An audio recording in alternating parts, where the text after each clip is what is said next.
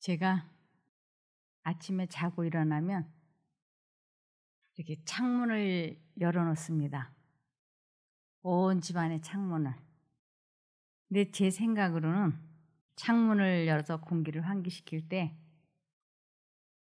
5분 내지 10분은 환기를 시켜야지 된다고 생각을 해요. 그래서 이제 제 방 창문부터 다 문을 열어 놓으면 1-2분이 지나면 약간 공기가 이제 좀 차가워지려 그러죠, 약간. 근데 제 남편이 문 닫아, 문 닫아. 1-2분밖에 지나지 않았는데 문 닫아, 문 닫아. 그러면 내 생각으로는 최소한 5분 내지 10분은 문을 열어놔야 공기가 환기가 될 텐데 제 남편이 1-2분만 지나면 문 닫으라고 소리를 지르는 거예요. 그러면 제 마음속에 문 열어놓은 지 이제 1-2분밖에 안 됐는데 적어도 5분 내지 10분은 지나야 이 공기가 환기가 되지 않느냐. 그러면서 제가 문을 안 닫고 싶은 거예요. 내 생각과 내 주장을 이야기하고 싶은 거예요. 그런데 제 한쪽 마음으로는 공기가 조금만 환기가 됐으면 됐어, 닫아줘 하는 생각과 한쪽으로는 10분 아니면 5분이라도 문을 더 열어놔야 돼 하는 이 두 생각이 제 마음속에 있어요. 어떻게 할까? 그런데 제가 알았다 그러고 문 열어놓고 1-2분밖에 안 됐지만 제가 창문을 다시 다 닫아요. 분명히 한쪽 마음으로는 불편하지만 한쪽 마음으로는 제가 그의 뜻을 따라줘요. 그 이유는 제가 그를 사랑하기 때문에 그런 거예요. 남편을 사랑하기 때문에 내 생각을 포기하고 그의 뜻을 따라주는 것이 그를 사랑한다고 하는 표현이 되기 때문에 그런 거예요. 그래서 자아희생을 한다는 것, 자기를 부인한다고 하는 것은 상대방이 말을 할 때 따라주는 것, 내가 그의 말을 따라준다고 해서 크게 죄 짓는 것만 아니면 내가 그의 뜻을 따라주는 것이에요. 베드로는 무엇을 자기가 크게 잘못했느냐 하면 주는 그리스도시요 살아계신 하나님의 아들이십니다라고 신앙 고백을 했어요. 다른 사람도 아닌 주는 그리스도시요 하나님의 아들이라고 고백을 해놓고 그분이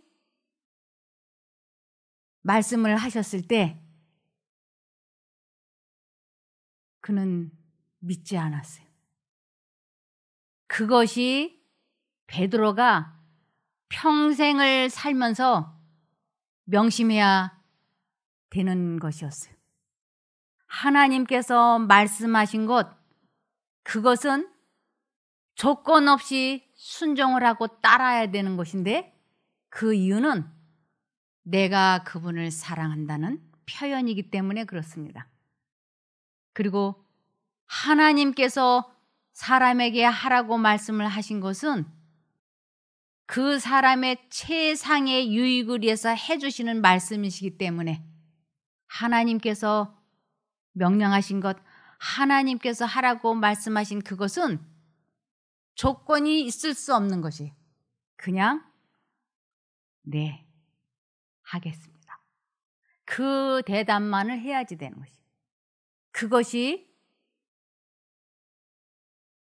나를 가장 사랑하시고 나에게 최상의 유익만을 주시려고 말씀해 주시는 분이 하나님이시기 때문에 그래서 하나님을 사랑한다고 하는 것은 그분의 뜻에 순종을 하는 것이라고 하는 것을 베드로가 3번 예수님을 모른다고 부인하고 나서 겟세마네 동산에 가서 깊이 회개하고 깨달은 것이었어요.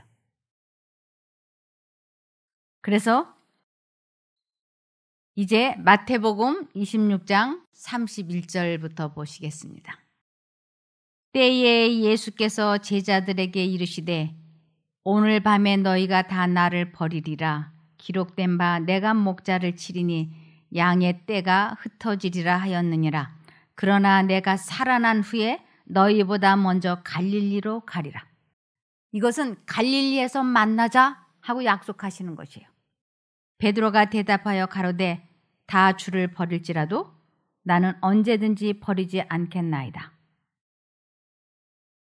베드로는 주는 그리스도시요 살아계신 하나님의 아들이십니다라고 신앙 고백을 해놓고 지금 하나님이신 예수님이 자기에게 말씀을 해주시는데 그 말을 믿지 아니하고 자기가 지금 내 생각이 맞다라고 말하는 것이 바로 사단이 주고 있는 말을 하고 있다고 하는 것을 그는 꿈에도 몰랐던 것이에요. 그는 넘어진 후에 예수님을 부인하고 겟세마네 동산에서 통곡하고 울면서 자기가 무슨 잘못을 저질렀는지를 깊이 깨달았던 것입니다. 34절에 예수께서 가라사대 내가 진실로 네게 이르노니 오늘 밤 다 굴기 전에 내가 3번 나를 부인하리라. 베드로가 가로되 내가 주와 함께 죽을지언정 주를 부인하지 않겠나이다 하고 모든 제자도 이와 같이 말하니라. 베드로는 이때 주님을 사랑하는 것이 무엇을 의미하는지를 몰랐어요. 그리고 그는 자기의 생각을 사랑하고 있으면서 그는 예수님을 사랑한다라고 자기 자신에게 지금 속고 있는 것이었습니다. 그래서 자기가 예수님을 모른다고 3번 부인하고 난 후에야 그는 이제 어느 것이 하나님을 사랑하는 것인지를 배우고 난 다음에 비로소 참 목자가 되었습니다. 베드로가 가르치는 법을 배움. 베드로가 실패하고 그리고 다시 돌이킨 후에 예수께서 그에게 말씀하시기를 내 양을 먹이라고 하셨다. 베드로의 발이 미끄러져 넘어지기 전에 그는 양을 먹이는 데에 요구되는 정신, 곧 겸손의 정신을 갖고 있지 않았다. 이 겸손의 정신이라고 하는 것은 자아 희생의 정신을 의미하는 것입니다.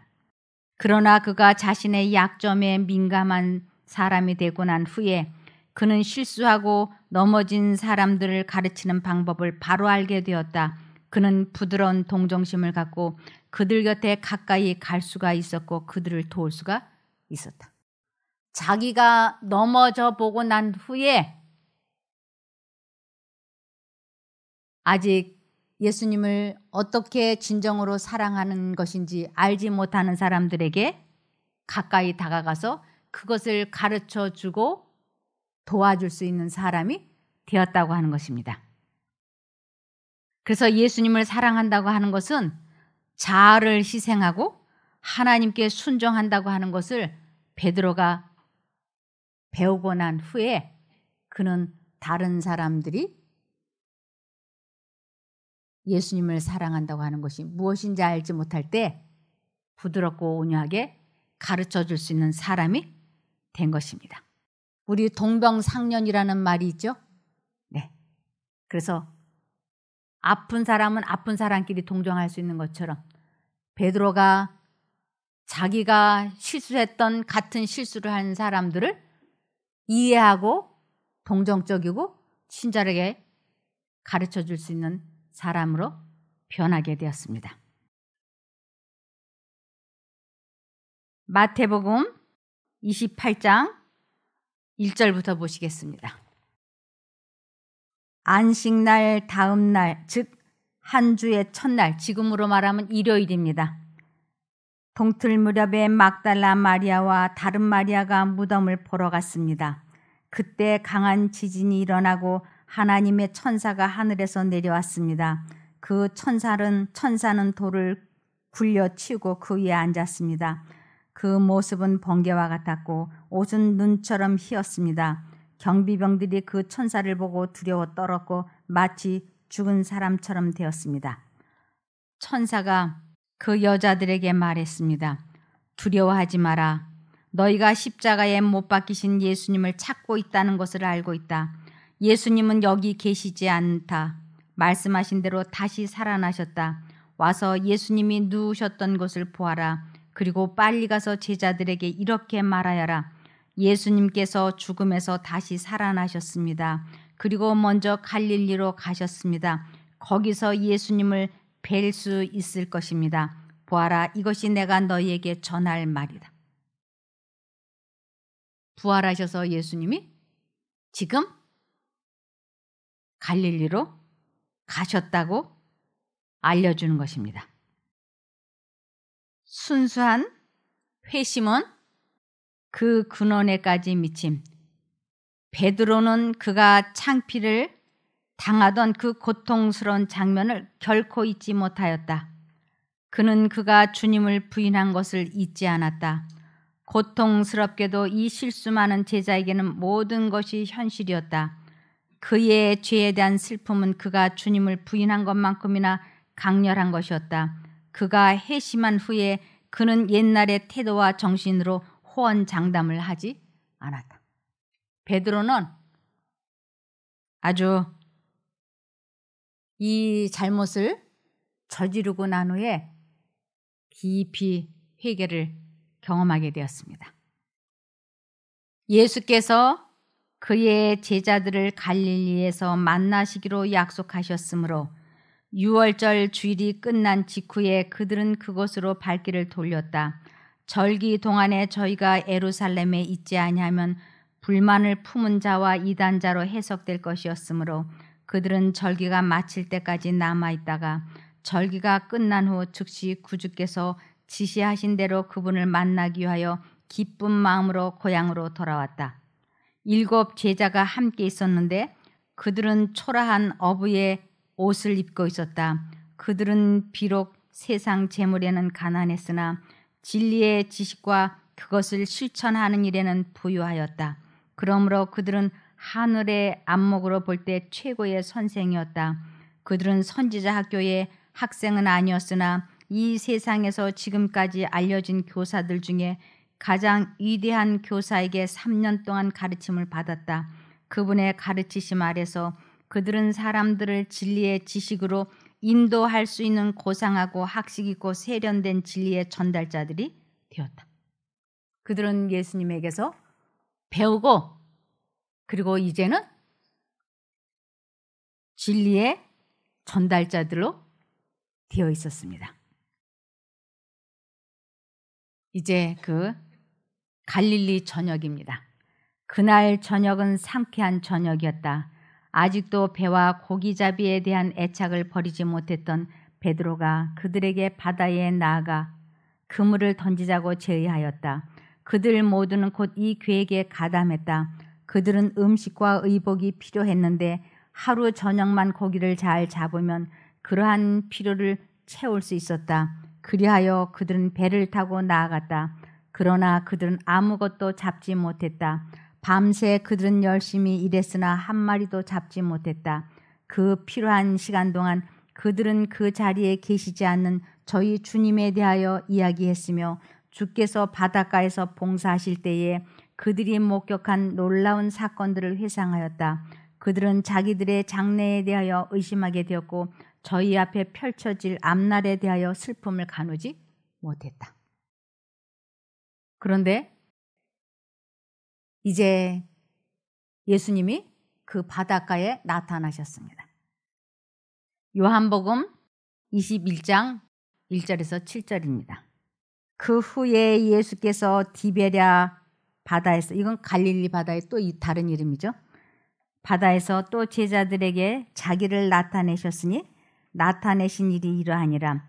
시몬 베드로와 디두모라 하는 도마와 갈릴리 가나 사람 나다나엘과 세베대의 아들들과 또 다른 제자 둘이 함께 있더니 시몬 베드로가 나는 물고기 잡으러 가노라 하매 저희가 우리도 함께 가겠다 하고 나가서 배에 올랐으나 이 밤에 아무것도 잡지 못하였더니 날이 새어갈 때에 예수께서 바닷가에 서셨으나 제자들이 예수신 줄 알지 못하는지라.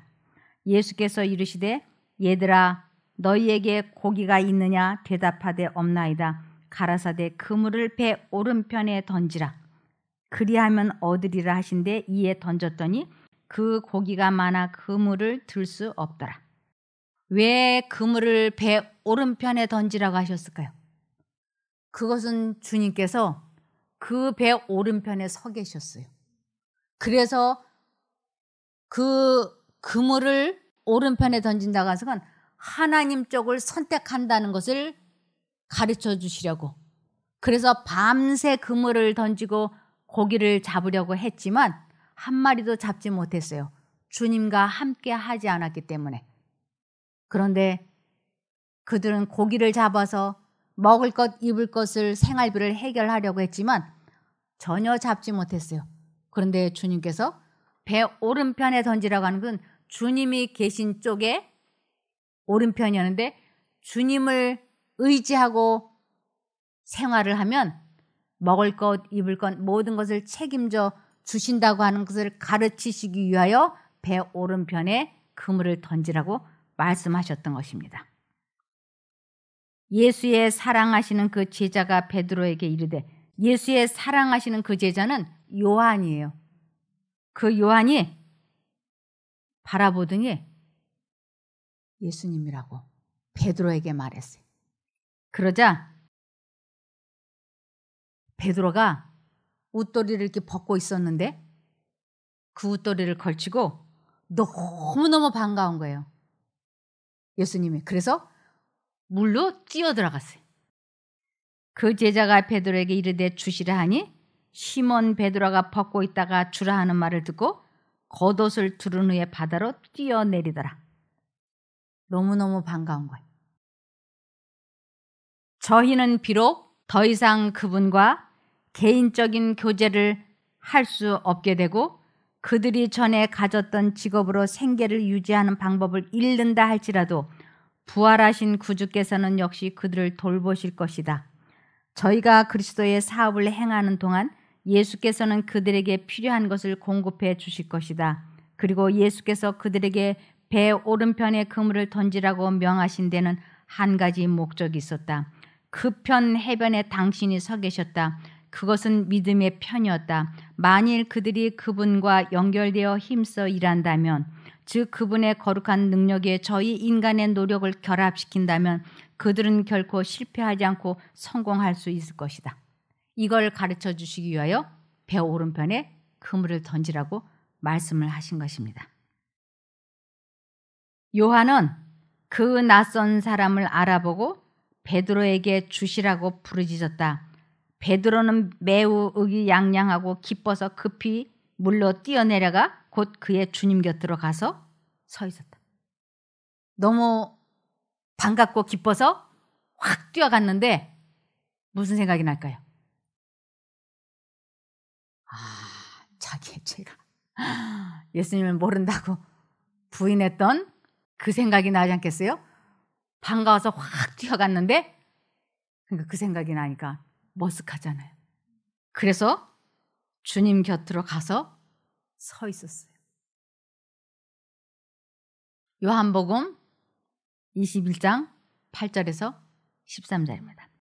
다른 제자들은 육지에서 산 거가 불과 한 50간쯤 되므로 작은 배를 타고 고기 든 그물을 끌고 와서 육지에 올라보니 숯불이 있는데 그 위에 생선이 놓였고 떡도 있더라. 예수께서 가라사대 지금 잡은 생선을 좀 가져오라 하신대 시몬 베드로가 올라가서 그물을 육지에 끌어올리니 가득히 찬 큰 고기가 153마리라. 이같이 많으나 그물이 찢어지지 아니하였더라.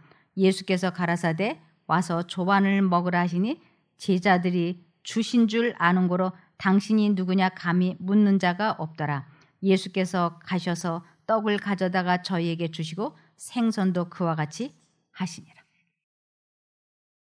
그런데 이 12명이 다 어떻게 했어요? 11명이 예수님을 혼자 놔두고 다 도망갔던 죄가 있잖아요. 근데 요한일서 5장 3절입니다. 하나님을 사랑하는 것은 이것이니 우리가 그의 계명들을 지키는 것이라. 그의 계명들은 무거운 것이 아니로다. 하나님을 사랑한다고 하는 것은 계명, 하나님께서 말씀하신 것은 조건 없이 지키는 것입니다. 그것이 하나님을 사랑한다고 하는 것이에요. 이것을 현대어 성경에는 하나님을 사랑한다는 것은 하나님께서 우리에게 명령하신 것을 지킨다는 말입니다. 이것은 결코 어려운 일이 아닙니다. 이 11제자는 예수님을 사랑한다고 죽을지언정 주를 배반하지 않겠다고 호언장담했지만 그들은 예수님이 붙잡혀 갈 때 다 도망갔기 때문에 이제 예수님 앞에 할 말이 없는 부끄러운 사람들이 된 것입니다. 제자들과 함께 해변에서 잡수시면서 구주께서는 베드로와 그의 형제들을 돌아보시면서 요한의 아들 시몬아, 내가 이 사람들보다 나를 더 사랑하느냐고 말씀하셨다. 전에 베드로는 다 주를 버릴지라도 나는 언제든지 버리지 않겠나이다라고 장담했었다. 그러나 그는 이제 자기 자신에 대해 더욱 진실된 평가를 했다. 그는 주여 그러하외다. 내가 주를 사랑하는 줄 주께서 아시나이다 라고 말했다. 여기에는 그의 사랑이 형제들의 사랑보다 더 크다는 열렬한 보증이 없다. 그는 자신의 헌신에 대한 의견을 표시하지 않았다. 마음의 모든 동기를 명백히 아실 수 있는 분에게 그는 자기의 성실에 대하여 내가 주를 사랑하는 줄 주께서 아시나이다 라고 하며 주께서 판단해 주시기를 간청했다. 그리고 예수께서는 내 양을 먹이라고 그에게 명하셨다. 이제 예수님을 사랑한다고 하는 것이 무슨 의미인지를 베드로는 철저하게 깨달았어요. 그래서 주님께서 내가 나를 사랑하느냐라고 질문했을 때 나의 마음의 동기를 아시고 마음속을 아시는 주님께서 내가 이제는 어떻게 해서든지 주님을 참사랑하려고 하는 나의 각오를 아시지 않습니까? 그렇게 대답하는 것입니다. 그리스도께서는 특별히 베드로에게 관계되는 또 다른 교훈을 주시고자 하셨다. 베드로가 주님을 부인한 것은 그가 전에 충성을 고백한 사실과 비교할 때 매우 부끄러운 일이었다. 베드로는 그리스도를 모욕했으며 그의 형제들의 불신을 일으켰다. 그들은 베드로가 전에 저희 중에서 가졌던 그 같은 지위를 차지하도록 용납되지 못하리라고 생각했고 그 자신도 그가 가졌던 신임을 잃어버렸다고 생각했다. 그가 사도의 직분을 다시 받도록 부르심을 받기 전에 베드로는 모든 형제들 앞에서 그가 회개한 증거를 보여야만 하였다. 그렇게 하지 않으면 비록 회개했다 할지라도 그의 죄는 그리스도의 사도로서의 감화를 소멸할 것이다. 구주께서는 베드로가 그의 형제들의 신임을 회복하고 될 수 있는 대로 빨리 그가 복음에 끼쳤던 모욕을 제거할 수 있는 기회를 그에게 주셨다. 여기에 그리스도를 따르는 모든 자들을 위한 한 가지 교훈이 주어졌다. 복음은 악과 타협하지 않는다. 그것은 죄를 변명할 수 없다.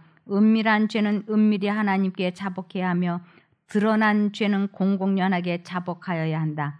그 제자의 죄에 대한 질책은 그리스도께 던져진다. 그것은 사단으로 승리의 개가를 부르게 하며 흔들리는 영혼들을 넘어지게 한다.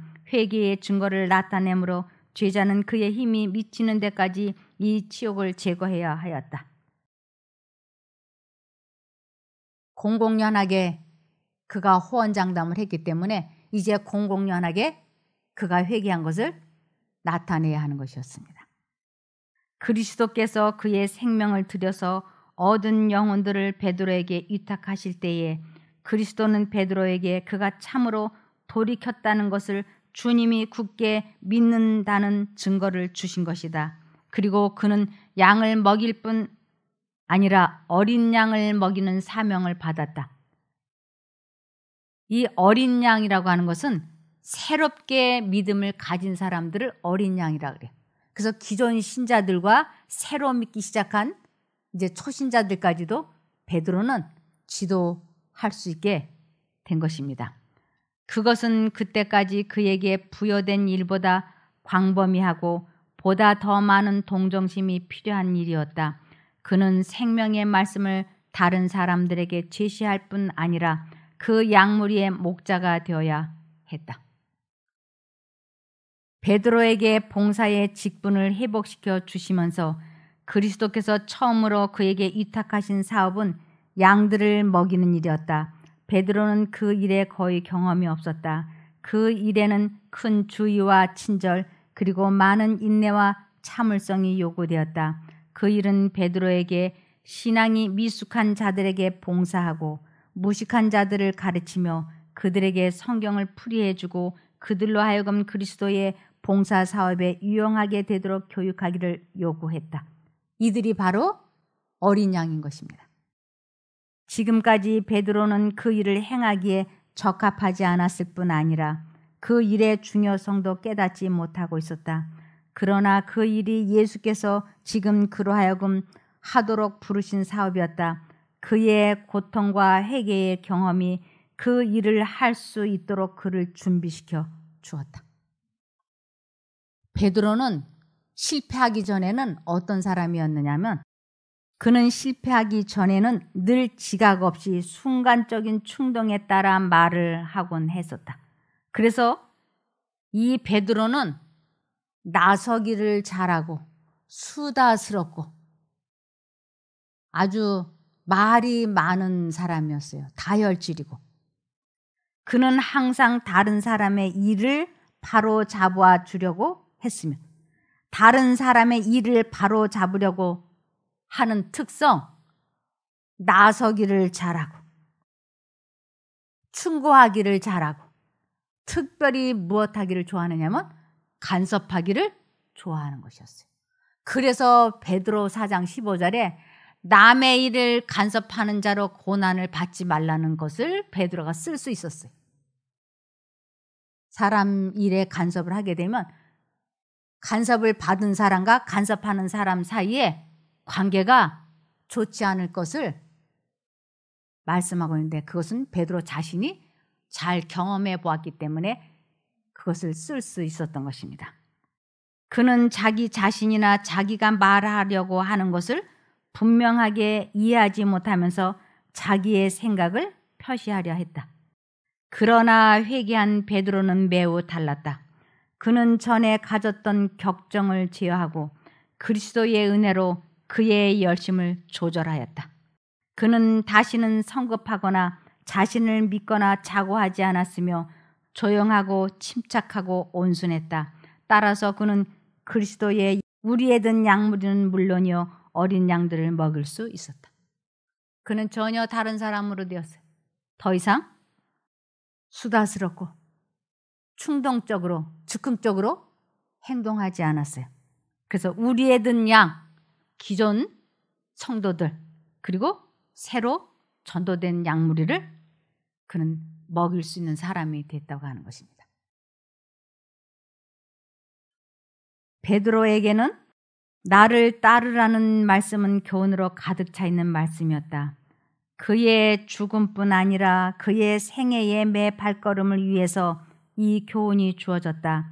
지금까지 베드로는 독자적으로 행동하는 경향이 있었다. 그는 하나님의 계획을 따르기 위해 기다리는 대신에 하나님의 사업을 위하여 계획을 세우려고 노력해왔다.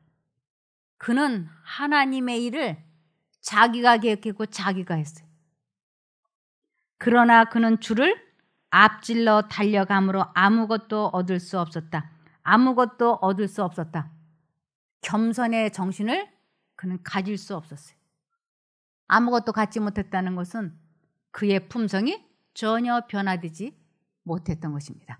그래서 예수께서는 그에게 명하신다. 나를 따르라. 나보다 앞서 달려가지 말라. 그렇게 한다면 너는 사단의 군대를 혼자서 만나지 않을 것이다. 나로 너보다 앞서가게 하라. 그리하면 너는 원수에게 정복당하지 않을 것이다.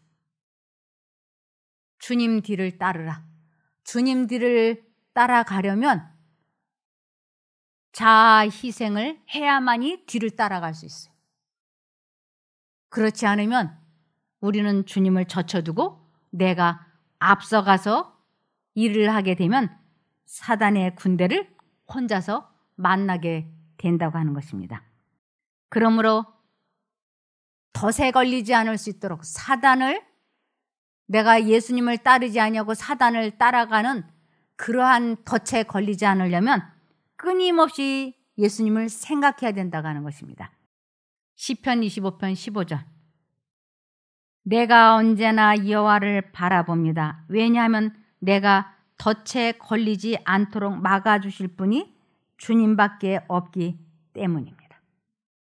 예수님을 언제나 기억하고 있을 때에만, 그분 쪽에다가 언제든지 나의 마음과 정신을 고정시킬 때에만 우리는 주님의 뒤를 따라갈 수 있어요.